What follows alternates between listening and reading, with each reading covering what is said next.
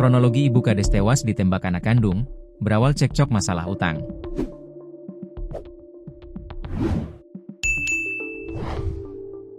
Kronologi Ibu Kades di Oku Timur, Sumatera Selatan, tewas ditembak anak kandung, berawal dari cekcok masalah utang 3 juta rupiah yang belum dibayarkan.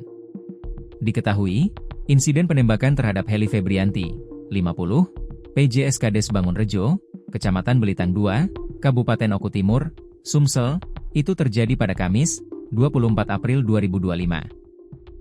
Sedangkan pelaku yakni anak kandung Heli yakni Gusmadi Wiranata, 23. Pelaku menggunakan senjata api rakitan saat menembak ibu kandungnya itu. Ibu Kades sempat berusaha dilarikan untuk mendapat pertolongan medis, namun nyawanya tetap tidak tertolong. Korban Heli meninggal dunia saat dirawat di RS Caritas setelah sebelumnya dibawa ke Puskesmas Purwodadi.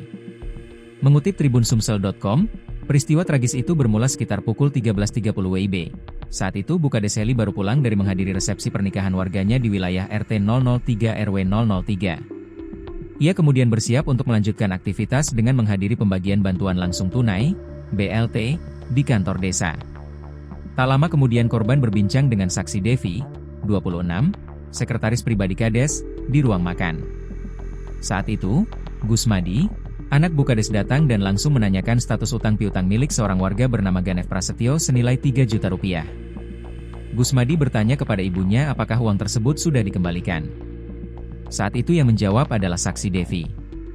Ia mengatakan utang itu belum dibayar.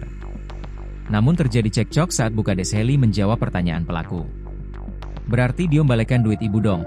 Berarti dia mengembalikan duit ibu dong," kata Heli. Perkataan itu memicu emosi pelaku Gusmadi.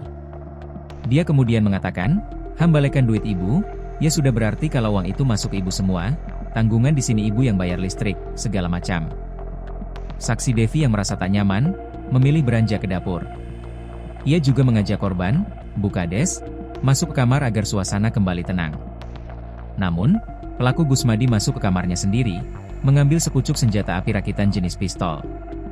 Tiba-tiba dia kembali dan melepaskan satu tembakan ke arah sang ibu. Korban langsung tergeletak bersimbah darah. Kemudian dibawa ke Puskesmas Purwodadi dan dirujuk ke RS Caritas. Namun nyawa korban tak tertolong.